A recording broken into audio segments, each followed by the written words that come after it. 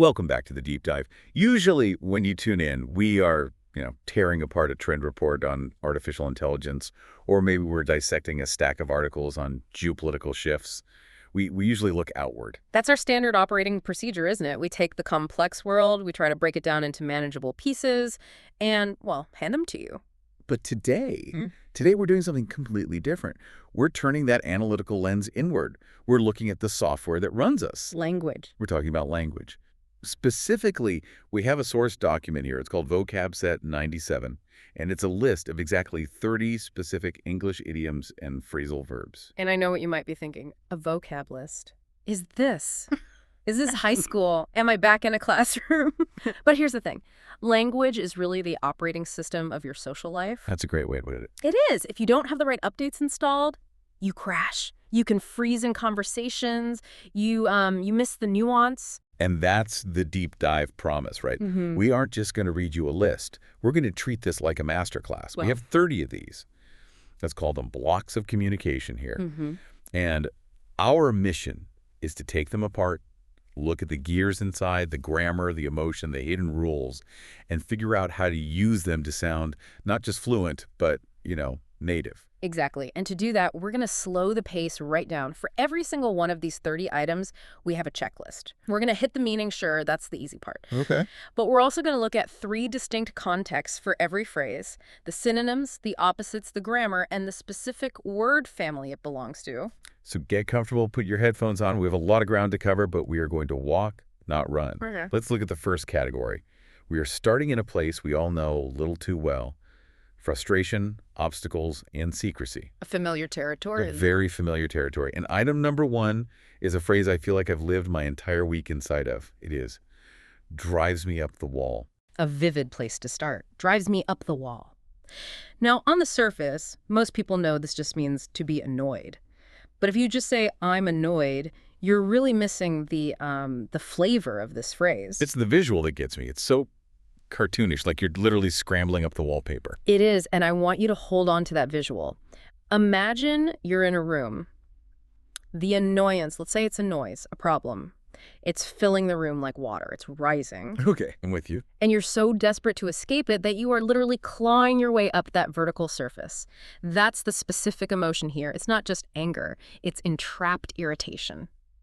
So I shouldn't use this if I'm just slightly miffed that my coffee is lukewarm? No, that would be a bit dramatic. This is for when the annoyance is repetitive, loud, or just inescapable. Let's look at how this actually plays out in a few sentences. Okay. Here's example 1. My neighbor's dog barks all night long and it drives me up the wall. Okay, that fits the inescapable criteria perfectly. You can't stop the dog. You're trapped in your house trying to sleep. The walls feel like they're closing in. Exactly. Now let's look at sentence 2. This one is more about a behavioral trigger. People who chew with their mouths open drive me up the wall. Oh, that is a visceral one. That's not just annoyance. For some people, that's almost an irrational anger. And that's a key nuance. Drives me up the wall often implies a strong, almost physical response to a sensory trigger. The sound, the sight, it gets under your skin. It really does. And finally, sentence 3, the tech context, which is where I hear this the most these days.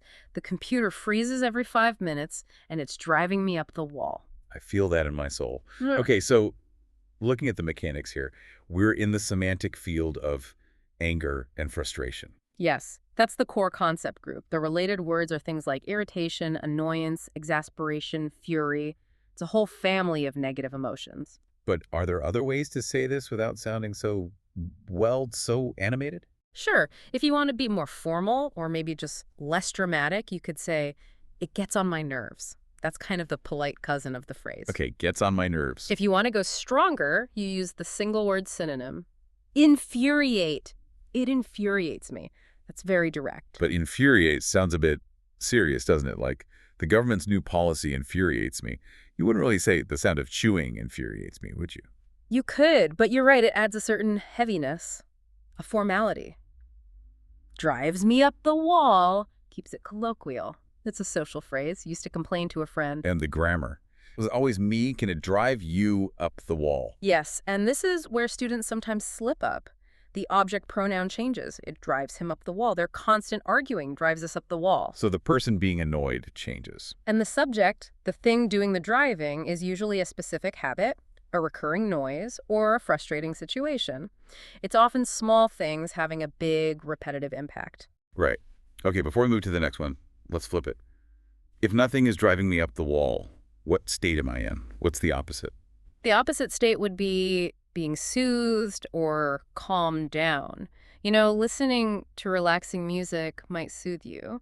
But if we're talking about the reaction to a potential annoyance, the opposite is indifference. Indifference. Exactly. If you're indifferent, the dog can bark all it wants. You're sitting calmly in your chair, not climbing the wall. I aspire to indifference.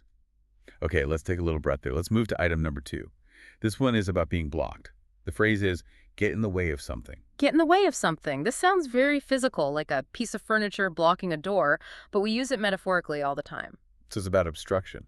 Yes, to get in the way means to obstruct or hinder progress. It prevents something from happening, or at least makes it much more difficult. So it could be a chair, as you said, or it could be my own bad attitude. Precisely. It covers both the tangible and the intangible, and that's what makes it so useful. Let's look at example 1, which is very common in, say, motivational speeches. Okay. Don't let fear get in the way of your dreams. That's the intangible one. Fear is the block. It's not a physical thing, but it stops you. Right. Now, example 2 is completely literal. Please move your chair. It's getting in the way of the door. Here, it's a physical obstruction. You can't pass. That's simple enough. And example 3, which is more about lifestyle balance, work often gets in the way of his social life. So the semantic field here is clearly obstruction or hindrance. Yes, exactly. The word family includes nouns like obstacle, barrier, or the more formal hindrance, and adjectives like obstructive. And if I needed a verb synonym, a single word. You could say block, impede, or prevent. Fear prevents your dreams. It works, but gets in the way feels a little softer, more common in conversation. And the preposition is crucial here, isn't it? It's of. Yeah. Get in the way of something. Yes, that is the standard structure. Get in the way of, and then a noun or a noun phrase. As for collocations, we often hear this with abstract concepts. Like what? Like success, progress, or happiness. You'll often hear people in a business negotiation say, don't let your ego get in the way of making a good deal. Ah, I can see that. And if we want the opposite, if I'm not getting in the way. The opposite would be to facilitate, to help, or to clear the path. Instead of getting in the way, you're paving the way for something. You're making it easier, not harder. Okay, let's take a breath. Item number 3. Keep something to yourself. Keep something to yourself. This one is all about secrecy and discretion. It means you do not share information with others. You hold it inside. So you possess the information, but you don't distribute it. Exactly. You contain it. This feels like something you'd say when you have a secret, and that's its primary use. But it can also be about opinions or feelings. Okay, let's hear the examples. Sentence 1. Please keep this news to yourself until the official announcement is made. Right, so that's a temporary embargo on information. Don't leak it. Correct. Sentence 2 is more about a personality type. He's a very private person and tends to keep his feelings to himself. So here, it's not one specific secret. It's just a general habit of emotional containment. Exactly. He's not an open book. And sentence 3, which is maybe a bit more selfish, I found a great new restaurant, but I'm going to keep it to myself so it doesn't get too crowded. I 100% relate to that one. So logically, this belongs to the semantic field of privacy, secrecy, or discretion. Yes. The word family would include nouns like secret, confidence, and adjectives like private, confidential, discreet. And what about synonyms? How else could I say this? You could use more formal single verbs like withhold or hide. There's also another idiom, stay mum. But honestly, keep it to yourself is much more common in daily speech. And are there specific collocations we should listen for? Definitely. You keep secrets to yourself. You keep opinions to yourself. That's a big one. You might hear a parent tell a child, if you don't have anything nice to say, keep your opinions to yourself. A classic piece of advice. And the opposite here seems pretty clear. It is. The opposite is to share, to reveal, to tell everyone, or maybe to spread the word. If you aren't keeping it to yourself, you're broadcasting it. Understood. Let's keep the pace.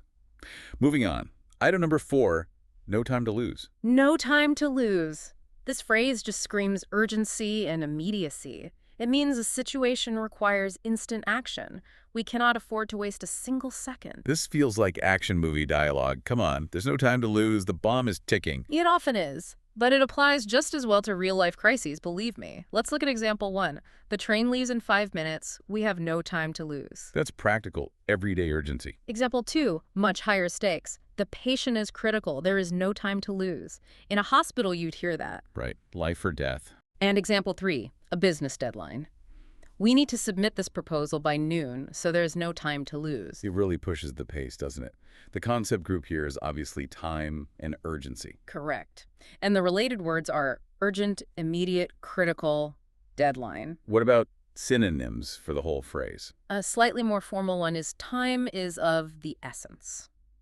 Or you could just be direct and say, hurry up, or it's urgent. And is there a specific grammar structure this usually fits into? It often stands alone as a command or a statement of fact. Come on, no time to lose. It doesn't need much else around it. And it collocates heavily with situations of crisis, deadlines, and emergencies. And the opposite, if we're not in a hurry. The opposite would be something like, we have all the time in the world, or the gentle command, take your time. It implies a state of leisure and no rush. Take your time. Yeah. That sounds nice right now. But we have a list to get through. Let's go to number 5. This one connects back to the idea of trust. Confide in somebody. Confide in somebody. This is a beautiful phrase, I think. It means to share personal, private, often sensitive information with a person you trust completely. It implies a deep level of trust and vulnerability. So it's very different from just telling someone something, isn't it? Oh, very different. Telling is transferring data. I'm telling you my address. Confiding is transferring a burden or a secret. It's an emotional act. Okay, let's see it in action. Example 1. She needed someone to talk to, so she decided to confide in her sister. So the sister is the safe harbor for the secret. Yes. Example 2. He doesn't confide in many people, so you should feel special. That phrasing makes it sound like a privilege, like you've been given a gift of trust. It is, and it's often treated that way.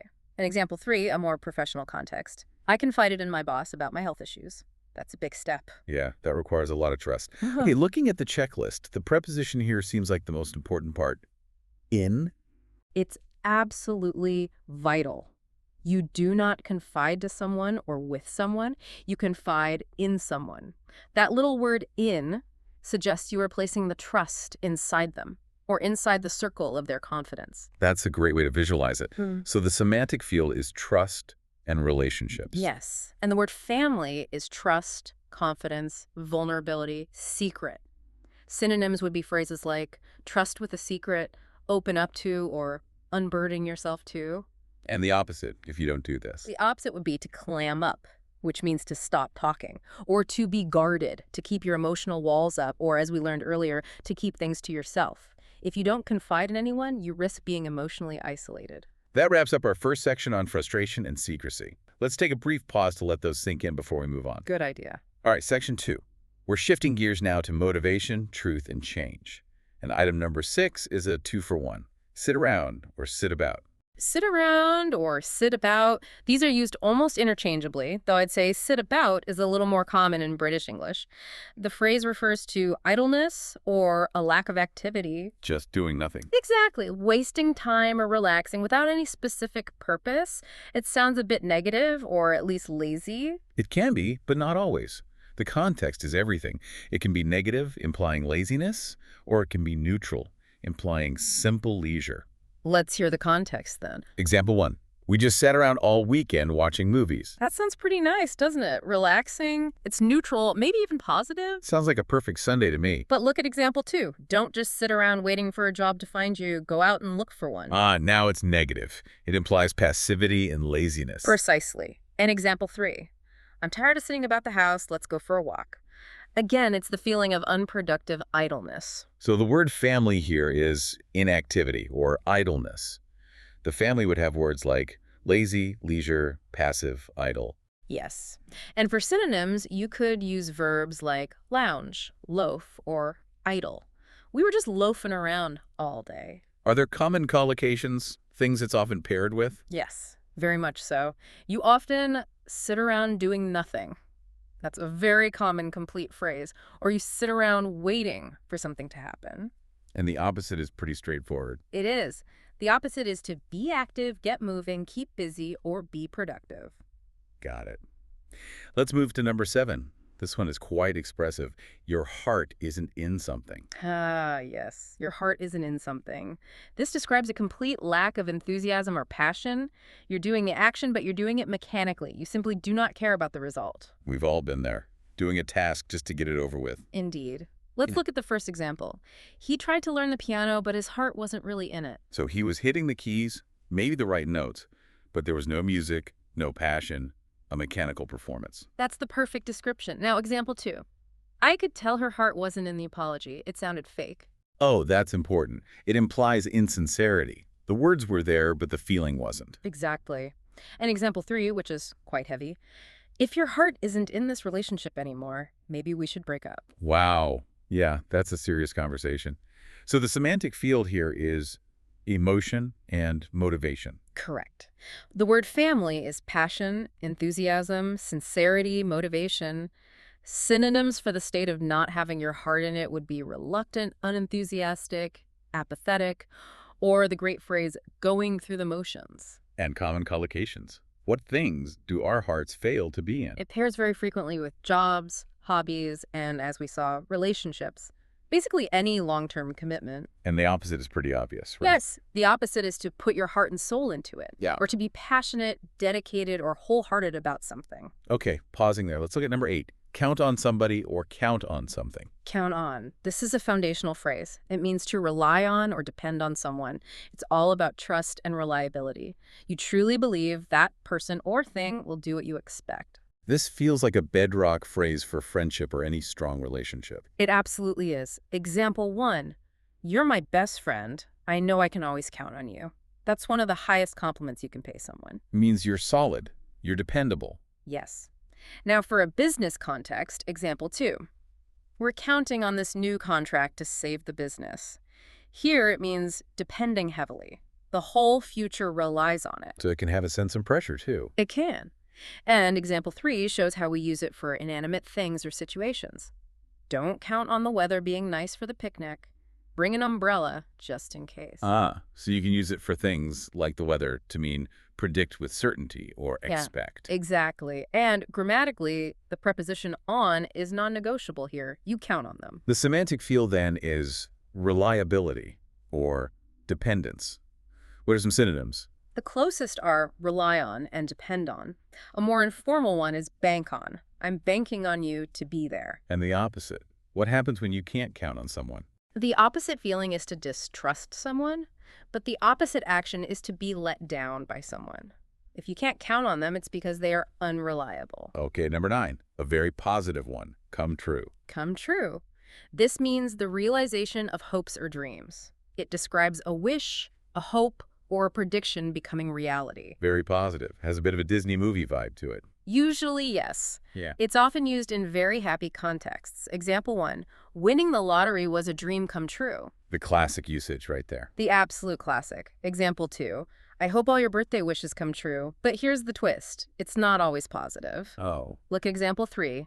Sadly, his predictions of a market crash came true. Ah, good point. So it can be used for negative things like a fear or a bad prediction becoming real. Exactly. It just means something imagined or predicted became factual reality, for better or for worse. The word family here would be realization or manifestation. Perfect. Synonyms would be verbs like materialize, happen or occur. His dream materialized. And collocations. What things come true. It's a very specific list. It's almost exclusively paired with dreams, wishes, hopes, nightmares, or predictions. You wouldn't say, my plan came true. You'd say, my plan worked. That's a really useful distinction. And the opposite. The opposite of a dream coming true is for it to fall through, fail, or simply remain a fantasy. Okay. Let's pause there for a second. Number 10. Take over something. Take over something. This phrasal verb is all about control and the assumption of responsibility. It means gaining control of something from someone else. Like a change of guard or a succession. Yes. Let's look at the different flavors of it. Example 1. The new manager will take over the department next week. A simple planned succession. Exactly. Example 2 is more collaborative. Can you take over the driving for a while? I'm getting tired. Right. So that's about sharing a burden or a responsibility. And example 3 is the aggressive business usage. Big corporations often try to take over smaller competitors. This is a hostile takeover. So the word family is control, dominance, or succession. Correct. And the synonyms reflect those different flavors. You could assume control, you could relieve someone from their duty, or you could acquire a company. And the preposition. It's built in. You take over the situation. Sometimes you might say take control over, but the phrasal verb itself is just take over. And the opposite action. To hand over, relinquish control, or to step down from a position. All right, item 11 wraps up this section. This is another 2-for-1. Not any longer and no longer. Not any longer and no longer. These both indicate the cessation of a state or an action. Simply put, something was true in the past, but it is not true now. So what's the difference between the two? Is there one? The meaning is identical. The only difference is grammatical. It's about placement in the sentence. No longer usually goes in the middle before the main verb. Not any longer is split up and goes at the end of the clause. Let's hear the examples to get that rhythm. Certainly. Example 1, using no longer. I no longer live in London. See, it's right before the verb love. Mid-sentence. Yeah. Got it. Now the same sentence with the other form. Example 2. I don't live in London any longer. It's at the very end. The meaning is exactly the same, just a different rhythm. Okay. One more. Example 3. This ticket is no longer valid. The distinction is very clear now. The semantic field is time and change. It is. A very common one-word synonym is simply anymore. I don't live in London anymore. Right. And the opposite, if something is still true. The opposite is the word still. I still live in London. Excellent. Let's take a brief break to reset before we dive into the next section. Okay. And we're back. Section 3. We're now entering the world of uncertainty and speculation. We are in the gray areas of language now. And item 12 is a fun one, I dare say. I dare say. This is, as you say, a fun one. It's considered quite British and perhaps a little bit old-fashioned, but you definitely still hear it. It's used to talk about probability and assumption. How so? You use it when you're suggesting something is likely true, but you're being polite or a bit tentative about it. You're not stating a hard fact. It sounds very sophisticated. I dare say, my good sir, that is a fine hat. It does carry that air, but it's very useful. Let's look at example 1. I dare say it will rain later, looking at those clouds. So you're making a prediction, but softly. You're not putting money on it. You're just supposing. Exactly. Right. Example 2. I dare say he'll be hungry after that long journey. It's a logical assumption, but you're phrasing it as an opinion. Right. And example 3, a bit more direct. You're tired, I dare say. It softens the observation. So you aren't literally daring anyone to disagree with you. It's not a challenge. No, not at all. It's a fixed phrase. The semantic field is speculation or probability. And what are some more common synonyms? The most common ones would be I suppose, I imagine, probably, or most likely. The opposite, if you're not so sure. The opposite would be I doubt, or it's unlikely. I doubt it will rain later. Okay. Number 13. This is another pair. There's something in it or there's nothing in it. There's something in it. This is all about validity or truthfulness. You use this when you're evaluating a rumor, a theory, or an idea. You're asking, is there any substance to this? Ah, so it is the idea. And we're looking inside the idea to see if there's any truth. That's the perfect mental image. Yes. Example 1. People say garlic can help cure a cold. I think there might be something in it. Meaning it might be partially true. There's a kernel of truth there. Exactly. Now the opposite. Example 2. I heard a rumor they are firing people next month, but the boss says there is nothing in it. Meaning the rumor is false. It's empty. Baseless. Correct. And a final example. Read his proposal again. I think there's something in it worth discussing. It has value. It has merit. So the concept group is truth, validity, and evaluation. Synonyms for there's something in it would be it's valid, it has merit, or simply it's true. And collocations. What kind of things do we evaluate this way? It's usually paired with rumors, gossip, theories, ideas, or suggestions. And the opposite is clearly the second half of the phrase, there is nothing in it. Exactly. It means it's baseless, false, or without value. Okay, let's pause. Number 14, a very common one. You never know. You never know.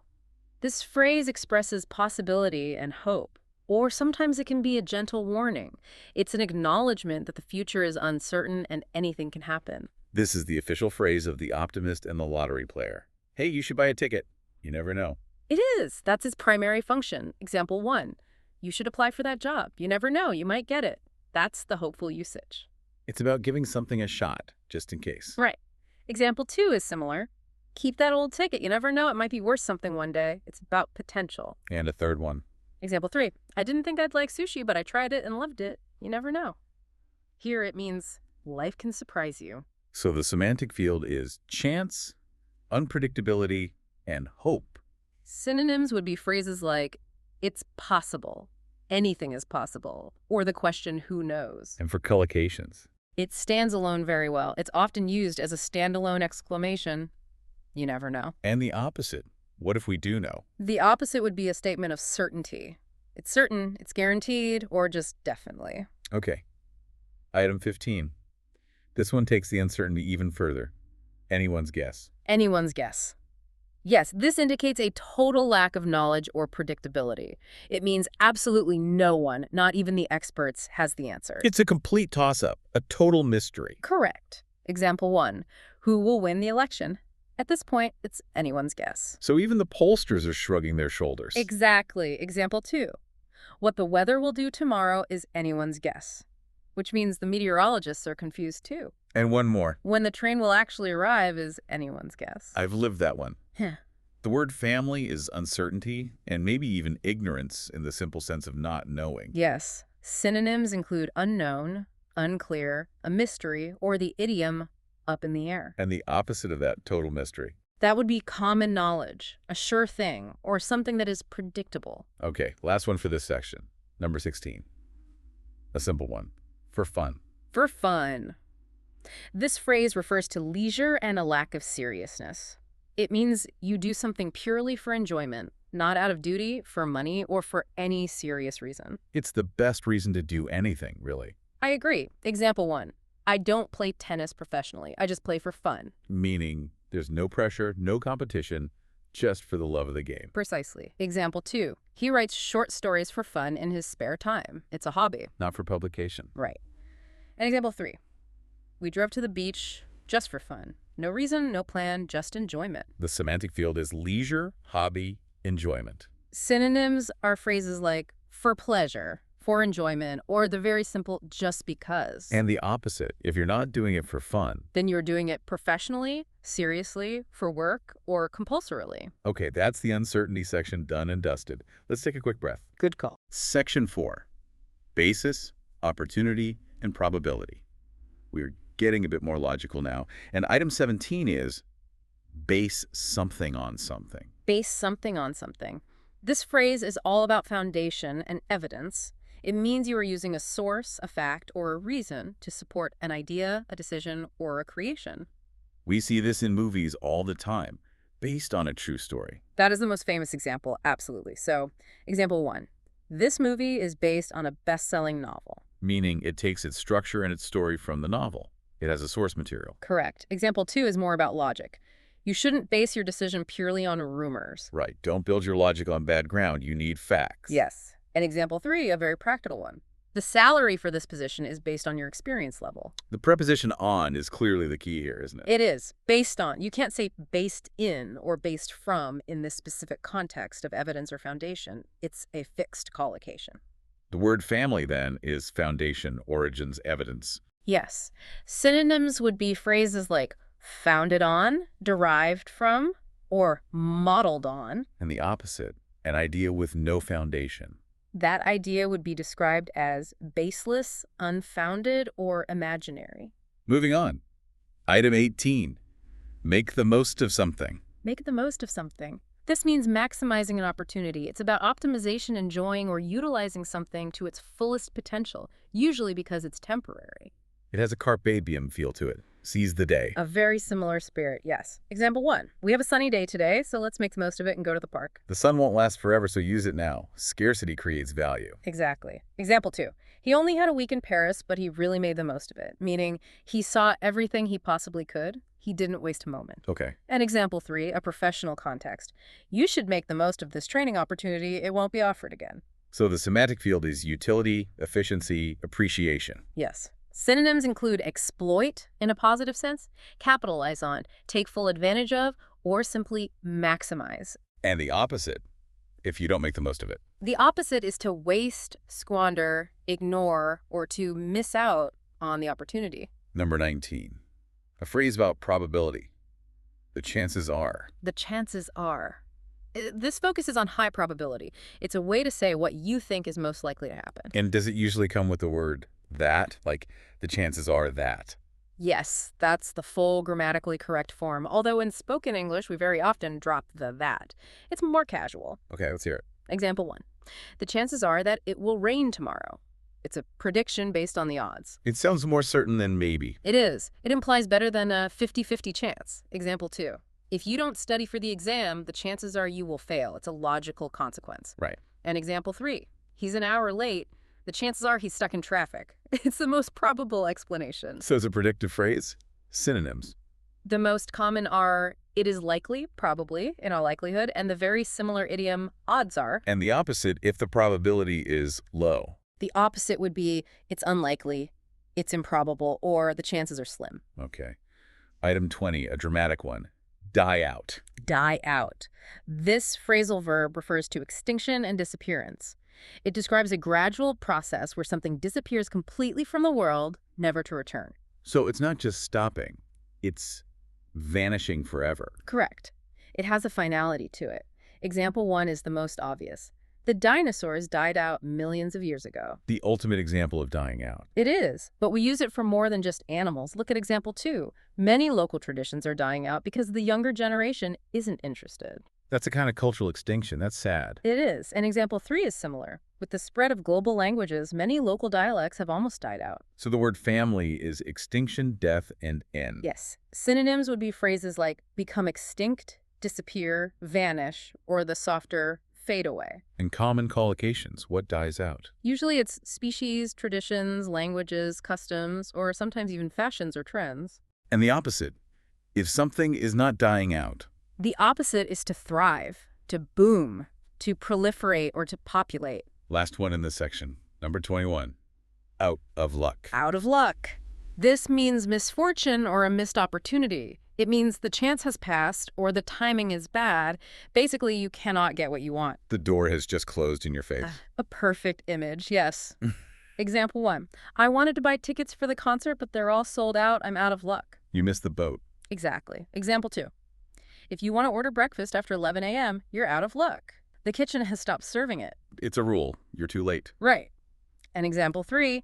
He ran to the bus stop, but he was out of luck. It had just left without him. The semantic field is misfortune, failure, bad timing. Yes. Synonyms would be unfortunate, too late, or the much more informal slang, screwed. And the opposite, when things go your way. The direct opposite is in luck. You're in luck. We have 1 ticket left. Or you could just say you're fortunate. Let's pause there. That's probability and opportunity done. That's 5. We've got a mix here. Sequences, perspective, and sleep. Item 22 is in a row. In a row. This refers to something happening consecutively in an unbroken sequence. One thing happens right after another without a break. Like ducks in a row, is that the image? Visually, yes, but it's usually applied to events happening in time, not physical objects. For instance, example 1, it has rained for 3 days in a row. So day 1, rain.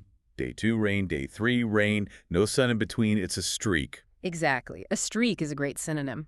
Example 2, our team won 5 games in a row. That's a winning streak. Okay. And example 3 shows the literal physical meaning, which is less common for the idiom. We sat in the front row all in a row, but usually we mean a time sequence. He was late 2 days in a row. The word family here is sequence, continuity. Yes, and the synonyms are a bit more formal. Consecutively, successively, or the very common sports term, back-to-back. They won back-to-back championships. And the opposite, if it's not in a row.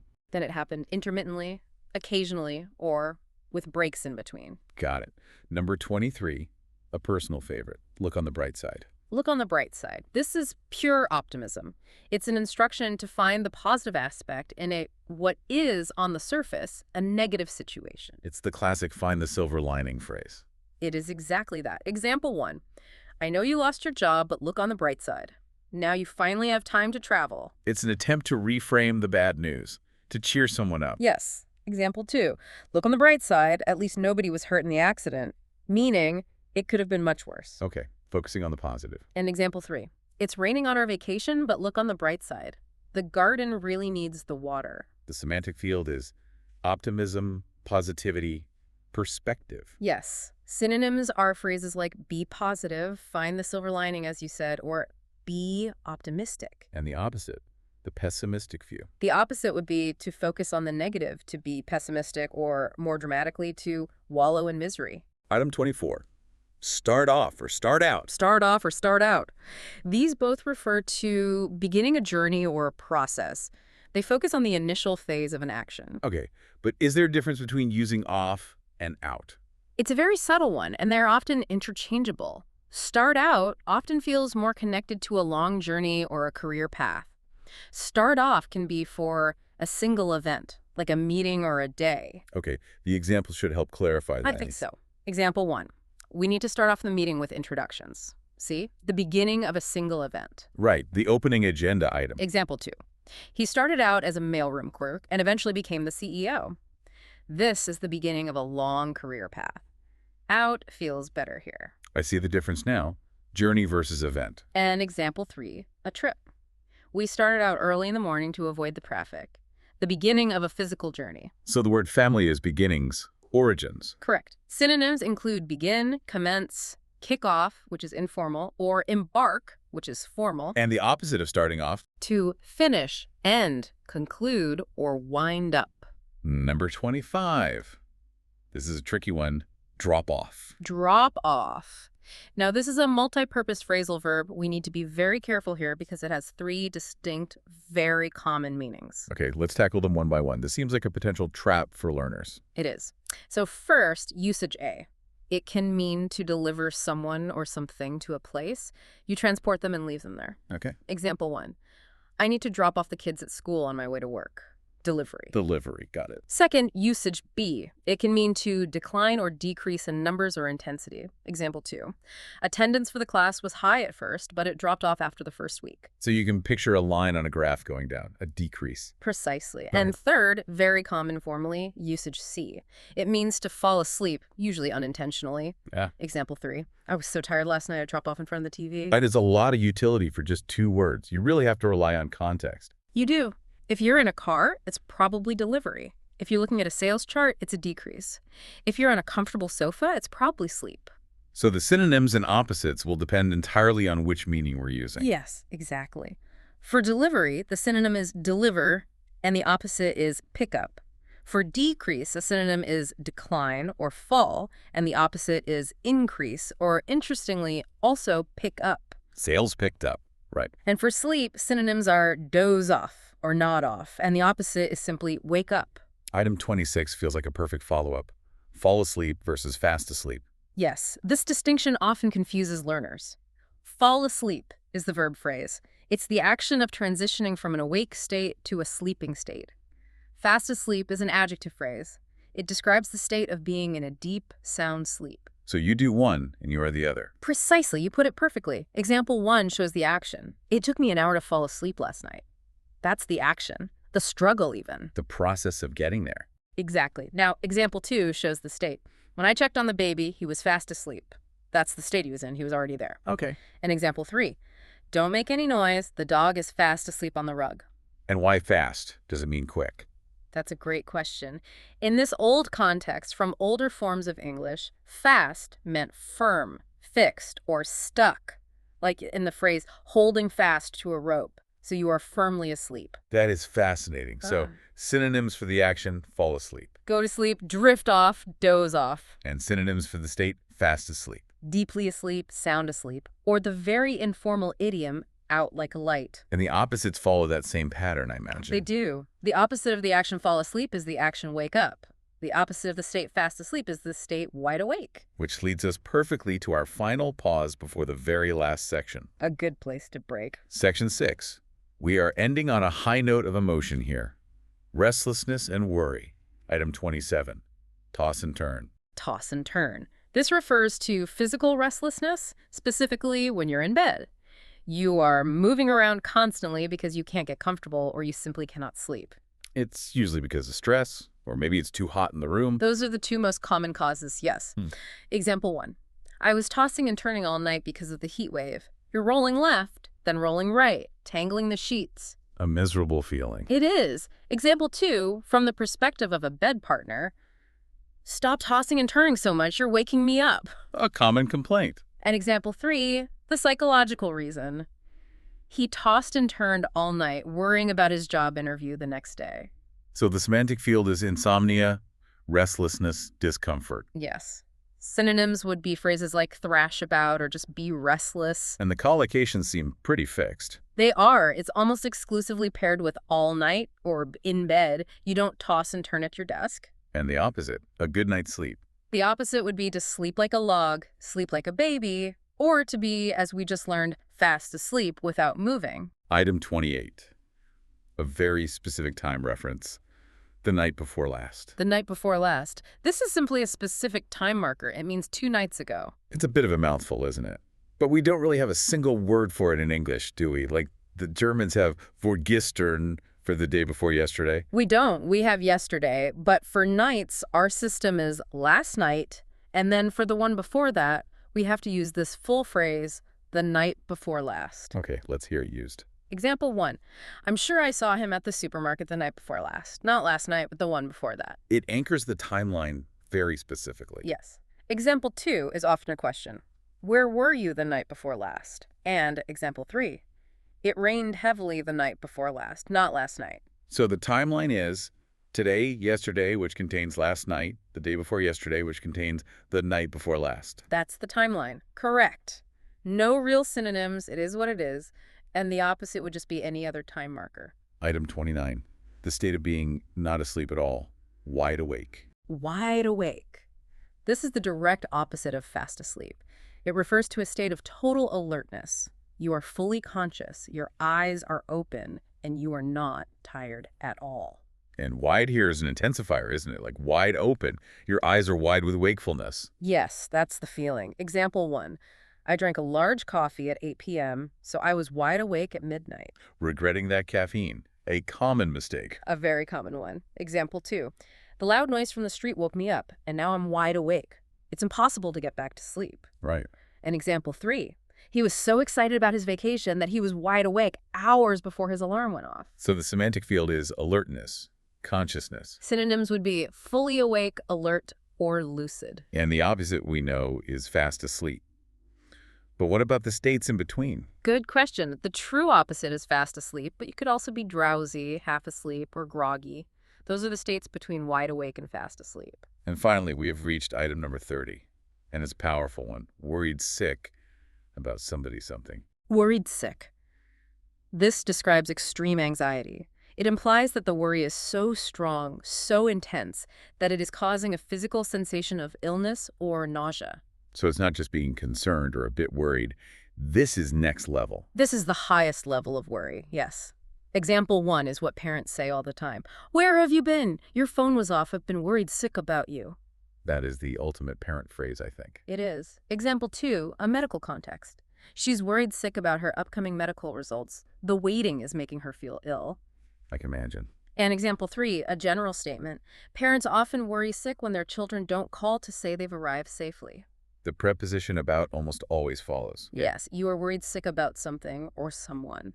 And the semantic field has to be anxiety, fear, and maybe even love, because you only worry that much about something you care for. That's a beautiful point, yes. Synonyms would be very strong words like petrified, distraught, panicked, or frantic with worry. And the final opposite of our deep dive today, the opposite of being worried sick. The opposite would be a state of total peace. Calm, carefree, relaxed, or being at ease. And there we have it. 30 phrases from top to bottom. It feels like a journey, doesn't it? Yeah. We went from climbing the walls in frustration all the way to being fast asleep, or maybe tossing and turning with worry. It really does. It's like a map of the whole human experience in 30 expressions. Thank you so much, teacher, for the lesson. It was my pleasure. What stands out to me as we wrap up is specifically that last cluster of words, the sleep and worry words. They are so physical. Tossing and turning, worried sick, even fast asleep. It shows how much English uses the body to describe what's going on in the mind. That's a great observation, and it's a profound point about language itself. So much of language is about expressing our invisible internal states to the outside world. And whether it's frustration making you feel like you need to climb a wall, or anxiety literally making you feel sick to your stomach, these phrases bridge that gap. They go beyond "I feel bad" to "I feel this specific way." And mastering them connects us deeper. It connects us deeper to others because we can finally share the specific texture of our own reality. A profound thought to end on. Go out there, practice these, and maybe don't keep them all to yourself. We will see you on the next Deep Dive.